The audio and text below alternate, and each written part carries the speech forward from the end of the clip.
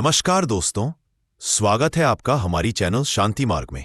हम आपके लिए नए नए मोटिवेट वीडियो लाते रहते हैं और आप चाहते हैं कि ऐसे ही गहरे और प्रेरणादायक विचार आपको मिलते रहे, तो अभी हमारी चैनल शांति मार्ग को सब्सक्राइब कर लीजिए और बेल आइकन दबा दीजिए ताकि आने वाला हर वीडियो सबसे पहले आप तक पहुंचे। जहां हर शब्द नहीं एक अनुभूति बोलती है। अब चलिए धीरे धीरे उतरते हैं उस मौन की गहराई में जहां से सब शुरू होता है।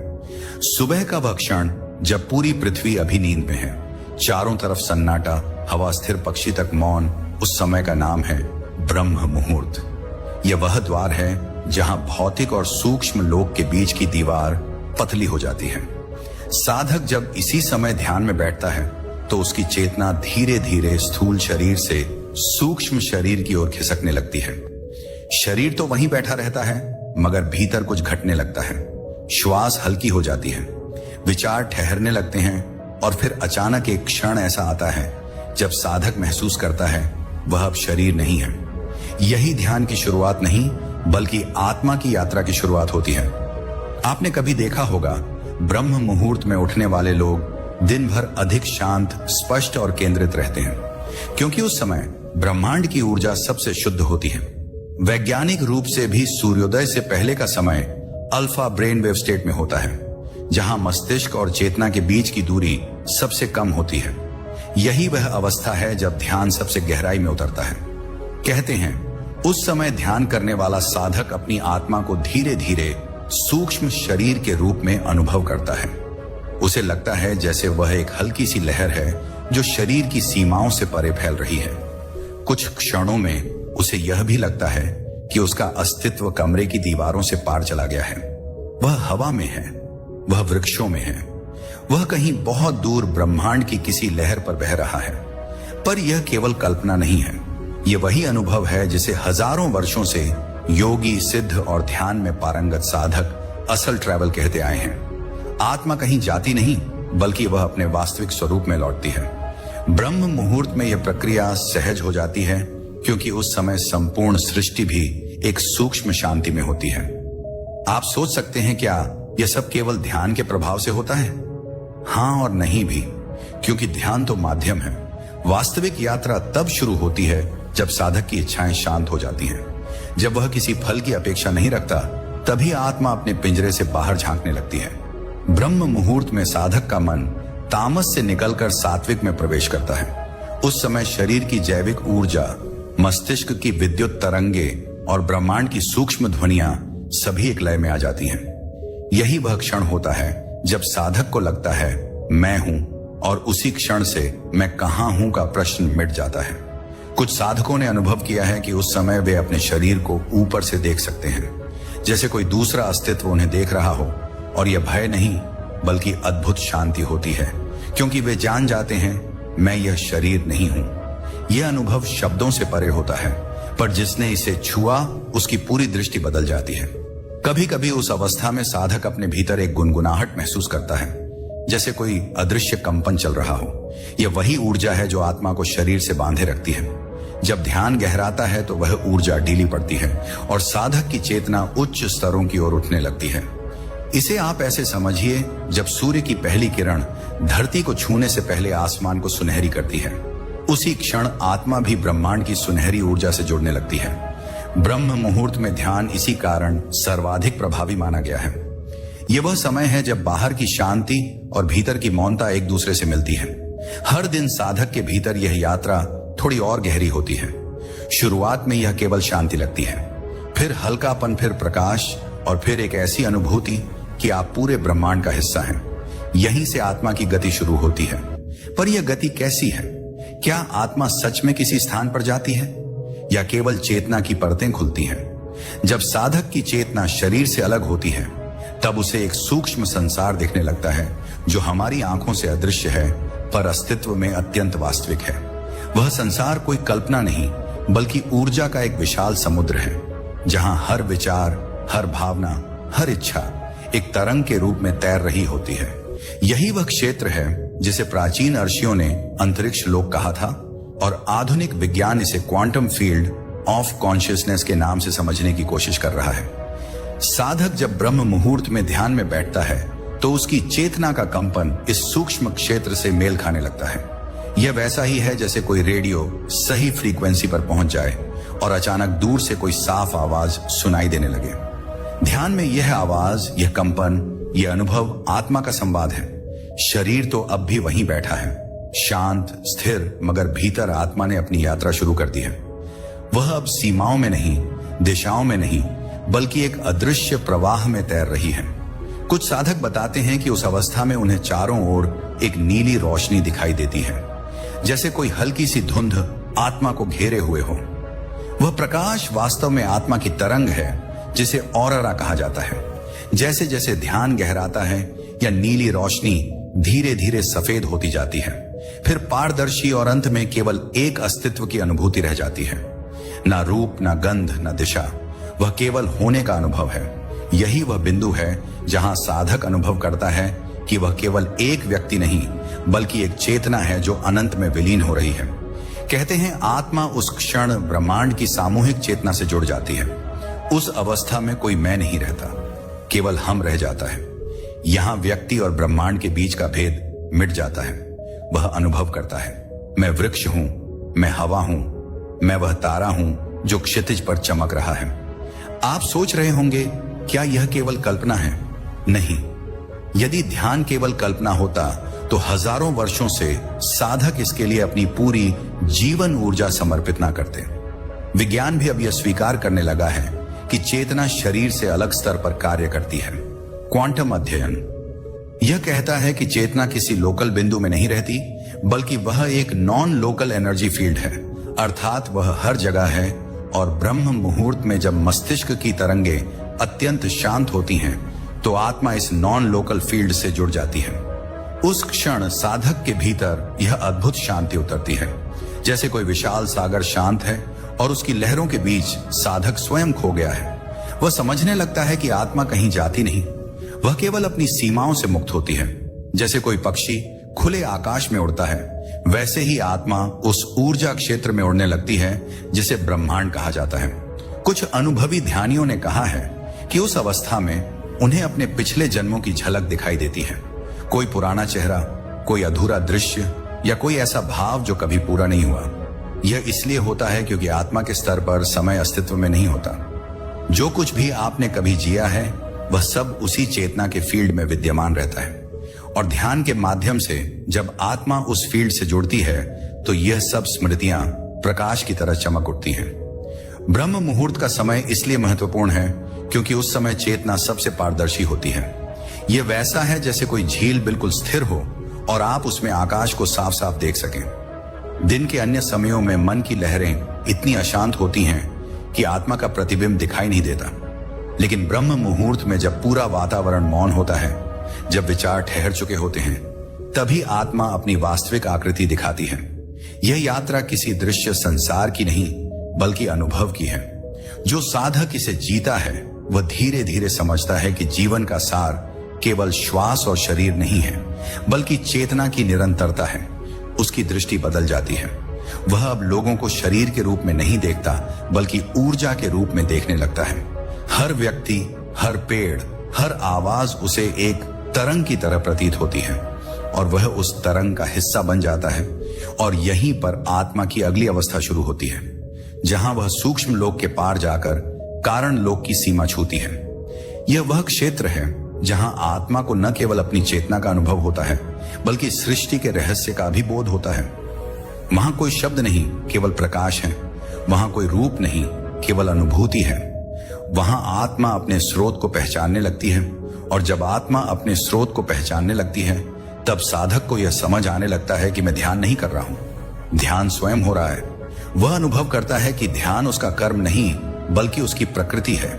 यही वह क्षण है जब ब्रह्म मुहूर्त में ध्यान अपनी चरम अवस्था को छूने लगता है। जब आत्मा ब्रह्म मुहूर्त के ध्यान में प्रकाश से मिलती है, तो साधक को एक ऐसा अनुभव होता है जो शब्दों से परे है, जहां मैं और वह के बीच की दीवार गिर जाती है। यह वह क्षण है जहां ध्यान करने वाला व्यक्ति ध्यान में खो नहीं जाता, बल्कि स्वयं ध्यान बन जाता है। अब कोई प्रयास नहीं, कोई तकनीक नहीं, कोई दिशा नहीं, बस एक अस्तित्व की निरंतर धारा है जो भीतर बह रही है। साधक उस अवस्था में अनुभव करता है कि उसके भीतर और बाहर का प्रकाश एक हो गया है। उसकी आंखें बंद हैं, लेकिन भीतर ऐसा तेज फैलता है जैसे अनगिनत सूर्यों ने एक साथ जन्म ले लिया हो। यह प्रकाश शरीर का नहीं, आत्मा का है। और यह वही क्षण होता है जब आत्मा अपने स्रोत, अपने ब्रह्म से जुड़ने लगती है। ब्रह्म मुहूर्त के इस अनुभव को प्राचीन ग्रंथों में प्रकाश समाधि कहा गया है। यह कोई कल्पना नहीं, बल्कि अस्तित्व का सबसे गहरा स्पर्श है। उस क्षण आत्मा को यह एहसास होता है कि वह कभी जन्मी ही नहीं थी और कभी मरेगी भी नहीं। वह स्वयं सृष्टि की धड़कन है, वही गति है जिससे ब्रह्मांड की हर चीज चल रही है। यह प्रकाश किसी रंग का नहीं होता, किसी दिशा का नहीं होता, वह सर्वव्यापक है। और इसीलिए जब साधक उसमें खो जाता है तो उसे लगता है जैसे वह खुद ब्रह्मांड बन गया है। उसकी चेतना अब किसी एक शरीर, एक जीवन या एक नाम तक सीमित नहीं रहती। वह देखता है यह सब रूप, यह सब चेहरे, यह सब समय उसी प्रकाश के विभिन्न कंपन हैं। वह अनुभव करता है कि हर व्यक्ति, हर तारा, हर जीवन उसी ऊर्जा का विस्तार है जो उसके भीतर बह रही है। उसके लिए अब कोई दूसरा नहीं रहता। उस क्षण प्रेम अपनी शुद्धतम अवस्था में प्रकट होता है, क्योंकि वहां अब कोई अलगाव नहीं। जब मैं और तुम मिट जाते हैं तब जो शेष रहता है वही प्रेम है। ब्रह्म मुहूर्त में इस मिलन का कारण यह है कि उस समय ब्रह्मांड की सूक्ष्म तरंगे, पृथ्वी की धड़कन और आत्मा की आवृत्ति एक ही स्वर में गूंजती है। यह वही समय है जब सृष्टि और साधक के बीच की दूरी शून्य हो जाती है। जो ध्यान इस समय किया जाता है वह किसी विधि से नहीं, बल्कि स्वयं सृष्टि की अनुकंपा से होता है। यही कारण है कि उस समय किया गया ध्यान केवल मन को शांत नहीं करता, बल्कि आत्मा को जागृत करता है। कई साधक बताते हैं कि इस अवस्था में उन्हें ऐसा लगता है जैसे वे किसी अनंत सुरंग में जा रहे हों, जहां चारों ओर प्रकाश ही प्रकाश है और बीच में केवल एक कंपन है जो कहता है तुम घर लौट आए हो। उस क्षण आत्मा अपने घर को पहचान लेती है। यह वही घर है जिसे उपनिषदों में कहा गया, तत्व मसीह तू वही है। पर यहां एक बड़ा रहस्य छिपा है। जैसे ही आत्मा प्रकाश में पूरी तरह डूब जाती है, वहां उसका अहंकार पिघलने लगता है। कई साधक इसी बिंदु पर भय महसूस करते हैं, क्योंकि उन्हें लगता है कि वे मिट रहे हैं। लेकिन वास्तव में मिटना ही पुनर्जन्म है। जो मिट रहा है वह झूठा मैं है, जो बचता है वही वास्तविक आत्मा है। इस अवस्था में समय का बोध समाप्त हो जाता है। एक सेकंड एक युग के समान महसूस होता है और एक युग केवल एक श्वास जितना छोटा। साधक लौटने के बाद जब अपनी आंखें खोलता है तो अक्सर कहता है, मुझे नहीं पता मैं कितनी देर बैठा था, क्योंकि वह समय के परे चला गया था। वह उस क्षेत्र में था जहां केवल चेतना है, जहां घड़ी नहीं चलती, जहां शुरुआत और अंत का अर्थ समाप्त हो जाता है। ब्रह्म मुहूर्त का प्रकाश कोई बाहरी सूर्य नहीं, बल्कि भीतर का सूर्य है। इसलिए योग शास्त्र कहता है, सूर्य केवल बाहर नहीं उगता, वह हर दिन तुम्हारे भीतर भी उगता है। जब साधक इस भीतर के सूर्य को देखने लगता है, तब उसके जीवन की दिशा पूरी तरह बदल जाती है। अब वह बाहरी घटनाओं से प्रभावित नहीं होता, वह शांत रहता है, क्योंकि उसने शांति को बाहर नहीं, भीतर पा लिया है। कभी कभी इस अवस्था में साधक को ऐसा लगता है कि वह अपने शरीर के ऊपर तैर रहा है, जैसे हवा में कोई हल्का अस्तित्व। यह कोई भ्रम नहीं, बल्कि चेतना की विस्तार अवस्था है। शरीर के तंतु इतने शांत हो जाते हैं कि आत्मा उन्हें छोड़कर ऊर्जा के रूप में ऊपर उठ जाती है। वह अनुभव करता है कि वह कमरे की दीवारों से पार आकाश की ऊंचाई तक पहुंच गया है।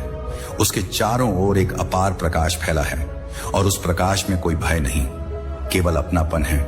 यही वह क्षण होता है जब साधक समझता है आत्मा कहीं जाती नहीं, वह केवल अपने आप में फैलती है। वह जिस प्रकाश में समाई है वही उसका स्वरूप है। और जब यह समझ उतर जाती है तो साधक के भीतर से सारे प्रश्न समाप्त हो जाते हैं। अब कोई क्यों नहीं बचता, कोई कैसे नहीं बचता, केवल एक उत्तर रह जाता है, मैं वही हूं। लेकिन यह अनुभव हमेशा स्थायी नहीं होता। कुछ समय बाद चेतना फिर धीरे धीरे शरीर में लौटने लगती है। साधक फिर से श्वास को महसूस करने लगता है, शरीर का भार लौट आता है और वह धीरे से आंखें खोल देता है। पर अब उसकी दृष्टि पहले जैसी नहीं होती।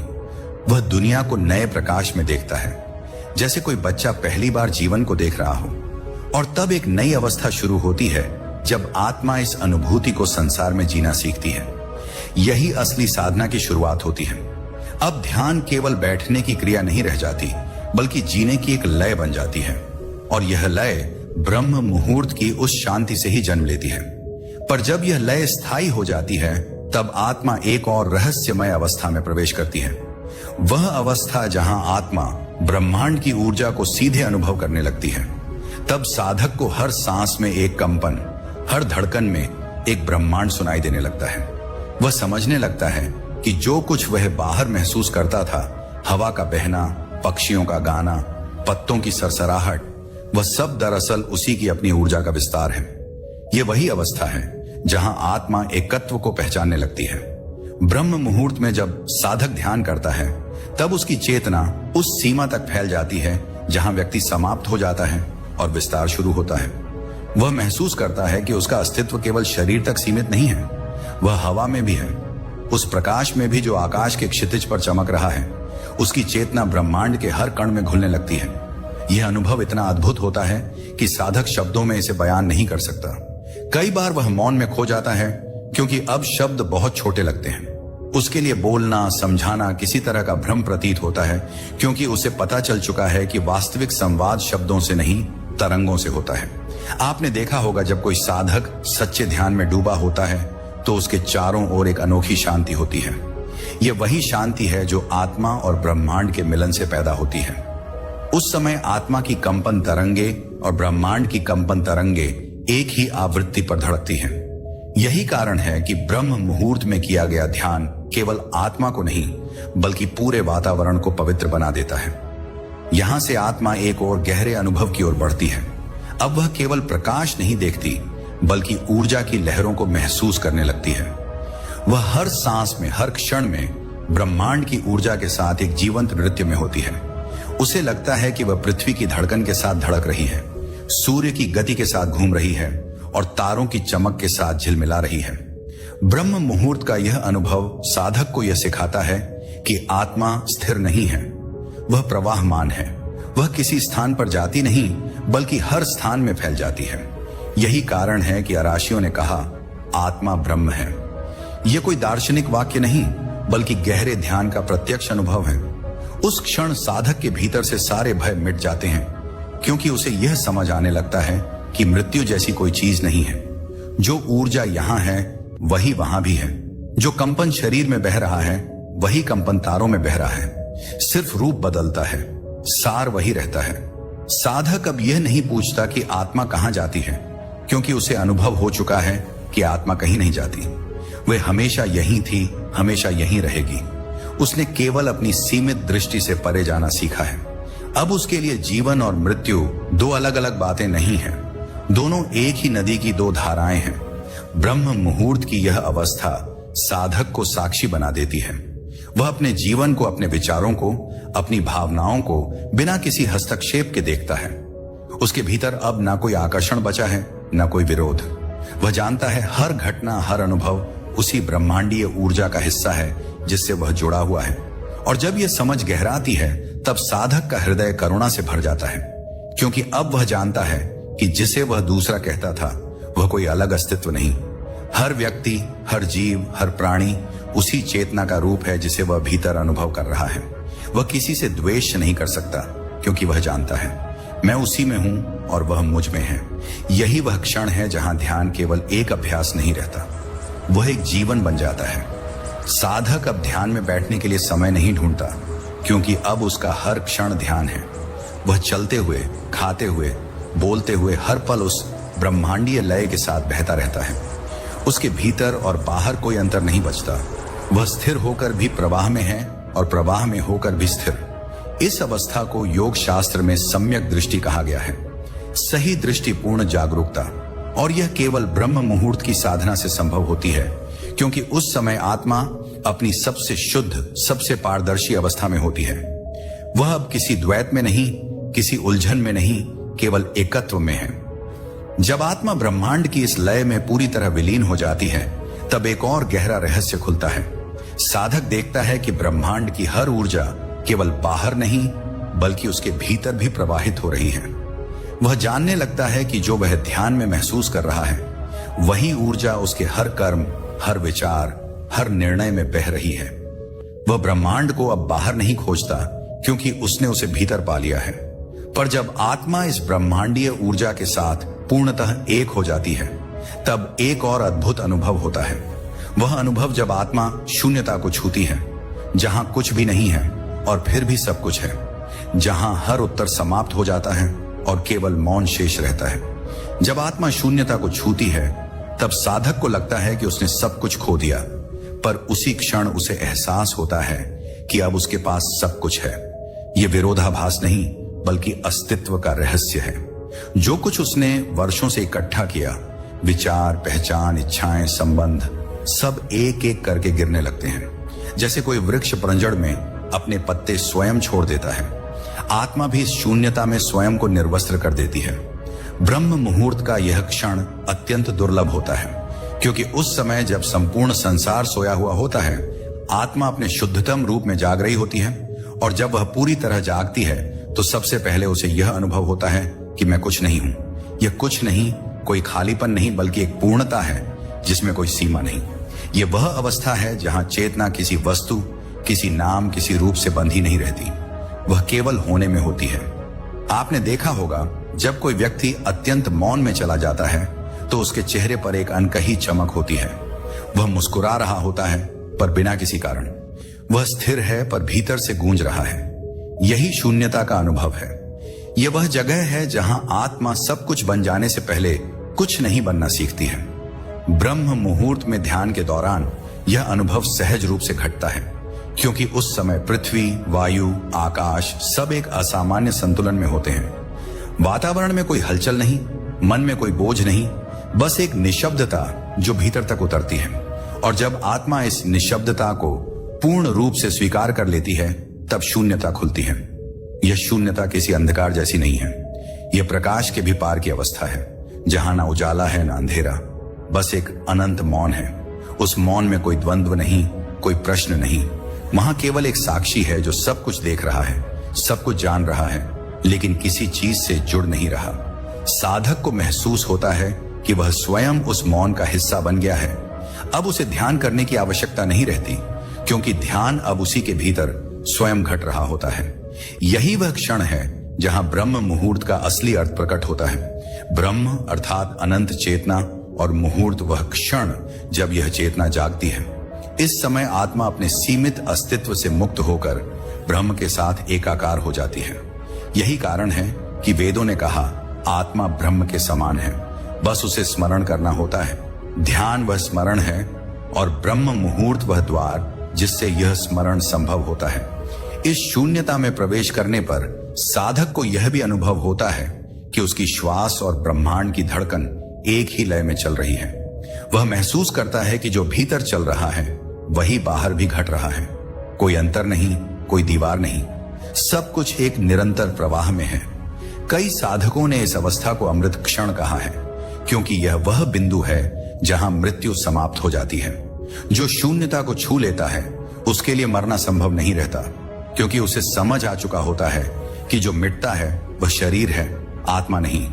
आत्मा तो बस रूप बदलती है, जैसे जल वाष्प बनता है और फिर बादल, फिर वर्षा, फिर नदी, पर जल का अस्तित्व हमेशा बना रहता है। इस अवस्था में साधक के भीतर इतनी गहराई की शांति उतरती है कि उसका पूरा जीवन बदल जाता है। अब उसके लिए दुनिया कोई युद्ध भूमि नहीं, बल्कि एक नृत्य है। वह हर घटना को साक्षी भाव से देखता है। कोई दुख आता है तो वह उसे गुजरते हुए देखता है, जैसे कोई लहर तट से टकरा कर लौट जाती है। कोई सुख आता है तो वह उसे भी बिना पकड़ने की इच्छा के जाने देता है। उसकी आत्मा अब किसी भी अनुभव से बंधती नहीं, वह मुक्त है। ब्रह्म मुहूर्त में ध्यान के माध्यम से शून्यता का अनुभव हर व्यक्ति कर सकता है। इसके लिए किसी विशेष धर्म, किसी विशेष पद्धति की आवश्यकता नहीं, केवल एक सच्ची इच्छा चाहिए। मैं जानना चाहता हूं कि मैं कौन हूं। जब यह प्रश्न गहराई से उठता है तो ध्यान अपने आप घटने लगता है, और जब ध्यान घटता है तो आत्मा स्वयं उस मार्ग पर चलने लगती है जहां अंत नहीं, केवल मौन है। इस मौन में आत्मा को एक और अनुभव होता है, वह अनुभव जहां वह पहली बार सृष्टि की धड़कन को सुनती है। वह सुनती है कि ब्रह्मांड भी जीवित है, कि हर तारा, हर ग्रह, हर जीव उसी ऊर्जा से सांस ले रहा है जो उसके भीतर बह रही है। और जब यह अनुभूति उतरती है तो आत्मा अब केवल मौन नहीं रहती, वह नृत्य बन जाती है, संगीत बन जाती है। आनंद का विस्फोट बन जाती है। यही वह बिंदु है जहां ध्यान अपनी अंतिम अवस्था के करीब पहुंचता है, जहां आत्मा सृष्टि के साथ नृत्य करने लगती है, जहां ब्रह्म मुहूर्त का मौन अब एक दिव्य संगीत में बदल जाता है। जब आत्मा ब्रह्म मुहूर्त के मौन से दिव्य संगीत में बदलती है, तब साधक को हर ध्वनि में ईश्वर की उपस्थिति महसूस होती है। हर श्वास में एक ब्रह्मांडीय गीत गूंजने लगता है। वह सुनता है पर कानों से नहीं, वह देखता है पर आंखों से नहीं। यह अनुभव किसी इंद्रिय के माध्यम से नहीं आता, बल्कि भीतर की निशब्द चेतना से फूटता है। अब ध्यान केवल क्रिया नहीं रह जाता, वह अस्तित्व बन जाता है। ब्रह्म मुहूर्त की वह ऊर्जा जो पहले एक निशब्द सागर थी, अब एक तरंग बनकर भीतर बहने लगती है। हर कोशिका, हर नाड़ी उस कंपन से भर जाती है। ऐसा लगता है जैसे पूरा शरीर ब्रह्मांड के साथ एक ही स्वर में गा रहा हो। वह स्वर ना कोई शब्द है, ना कोई भाषा, वह है AUM का मौन स्पंदन। यह वह बिंदु है जहां ध्यान का साधक साधक नहीं रहता, बल्कि साक्षी बन जाता है। अब कोई ध्यान नहीं कर रहा, केवल ध्यान घट रहा है। साधक की आंखों में अब वही चमक है जो सूर्य के उदय से पहले क्षितिज पर दिखाई देती है। वह जान चुका है कि अस्तित्व कोई रहस्य नहीं, बल्कि वह स्वयं ही अस्तित्व है। अब उसे उत्तर खोजने की आवश्यकता नहीं, हर प्रश्न स्वयं शांत हो गया है। अब उसके भीतर कोई संघर्ष नहीं, केवल एक प्रवाह है, और इस प्रवाह में जीना ही सच्चा ध्यान है। कई लोग सोचते हैं कि ध्यान का लक्ष्य शांति है, पर सच्चाई इससे कहीं गहरी है। शांति केवल एक द्वार है, मंजिल नहीं। जब साधक उस शांति से आगे बढ़ता है, तब उसे आनंद की झलक मिलती है। वह आनंद जो किसी वस्तु, व्यक्ति या घटना पर निर्भर नहीं। यह आनंद आत्मा का स्वभाव है, और यह केवल ब्रह्म मुहूर्त के उस पवित्र क्षण में पूरी तरह प्रकट होता है, जब ब्रह्मांड और आत्मा का कंपन एक हो जाता है। अब आत्मा को लगता है कि वह ब्रह्मांड के प्रत्येक अंश में व्याप्त है। वह वृक्ष में है, वह पवन में है, वह पक्षियों के गीत में है, वह नदियों की लहरों में है। वह देखता है कि जो पहले दूसरा था, वह अब मैं बन गया है। यह अनुभव अद्वैत कहलाता है, जहां कोई भेद नहीं रहता, कोई सीमा नहीं। यह वही अवस्था है जिसे योग कहता है, उपनिषद कहते हैं, ध्यान कहता है। मैं और ब्रह्म एक हैं। जब यह अनुभूति स्थिर होती है, तब साधक में करुणा फूटती है। वह देखता है कि हर जीव उसी ब्रह्म का अंश है। अब वह किसी से क्रोधित नहीं होता, किसी से ईर्ष्या नहीं करता, किसी को नीचा नहीं समझता। वह प्रेम का स्रोत बन जाता है। उसका मौन अब शब्दों से अधिक प्रभावशाली हो जाता है। उसकी उपस्थिति से ही वातावरण बदल जाता है। उसका स्पर्श, उसकी दृष्टि, यहां तक कि उसकी चुप्पी, सब कुछ ध्यान बन जाता है। ब्रह्म मुहूर्त में ध्यान का यही परिणाम है। यह केवल एक साधना नहीं, यह आत्मा का पुनर्जन्म है। जो व्यक्ति इसे अनुभव कर लेता है, उसके लिए जीवन और मृत्यु के बीच कोई भेद नहीं रहता। वह जान लेता है कि मरना केवल रूप बदलना है, और जीना केवल चेतना का प्रवाह। अब उसके भीतर एक ही आवाज गूंजती है, सब कुछ वही है और मैं भी वही हूं। आप देखिए, यही कारण है कि हर महान योगी, हर ज्ञानी, हर आर्ष ने ब्रह्म मुहूर्त को साधना का सर्वोत्तम समय बताया है, क्योंकि उस समय ब्रह्मांड स्वयं ध्यान की मुद्रा में होता है। वातावरण की ऊर्जा, नदियों की नमी, हवा का तापमान, पक्षियों का मौन, सब एक अदृश्य ध्यान में लीन होते हैं। यदि कोई व्यक्ति उस समय बैठ जाए, तो उसे पूरी सृष्टि सहारा देती है। ऐसा लगता है जैसे ब्रह्मांड स्वयं उसे अपने हृदय में बिठा रहा है, और जब यह जुड़ाव होता है, तब आत्मा कहीं नहीं जाती। वह सर्वत्र फैल जाती है। उसका कोई स्थान नहीं, कोई दिशा नहीं, वह समय से परे चली जाती है। यही है ब्रह्म मुहूर्त में ध्यान करने का वास्तविक अर्थ। आत्मा कहीं नहीं जाती, वह सब कुछ बन जाती है। उस अवस्था में जीवन का प्रत्येक क्षण ध्यान हो जाता है। अब व्यक्ति को ब्रह्म मुहूर्त का इंतजार नहीं करना पड़ता, क्योंकि उसके भीतर हर क्षण ब्रह्म मुहूर्त बन गया है। उसके लिए हर सांस, हर नजर, हर ध्वनि एक पूजा है। वह चलता है तो ध्यान में, वह बोलता है तो ध्यान में, वह मौन होता है तो भी ध्यान में। यही सच्चा समाधि है। और जब आप इस अवस्था को समझ लेते हैं, तब ब्रह्म मुहूर्त केवल घड़ी का समय नहीं रह जाता, वह आपके अस्तित्व की अवस्था बन जाता है। तब चाहे आप कहीं भी हो, किसी भी परिस्थिति में हो, आपके भीतर वही दिव्य संगीत गूंजता रहेगा जो उस पवित्र क्षण में पहली बार आत्मा ने सुना था। तो जब अगली बार आप सुबह 4 बजे उठे, तो केवल घड़ी देखकर ना उठे, उस मौन को महसूस करें। वह मौन आपको पुकार रहा है। वह कह रहा है, मैं तुम्हारे भीतर हूं, बस जागो और जब आप उस मौन में बैठेंगे तो शायद उस दिन आपकी आत्मा भी उसी अदृश्य संगीत में विलीन हो जाएगी।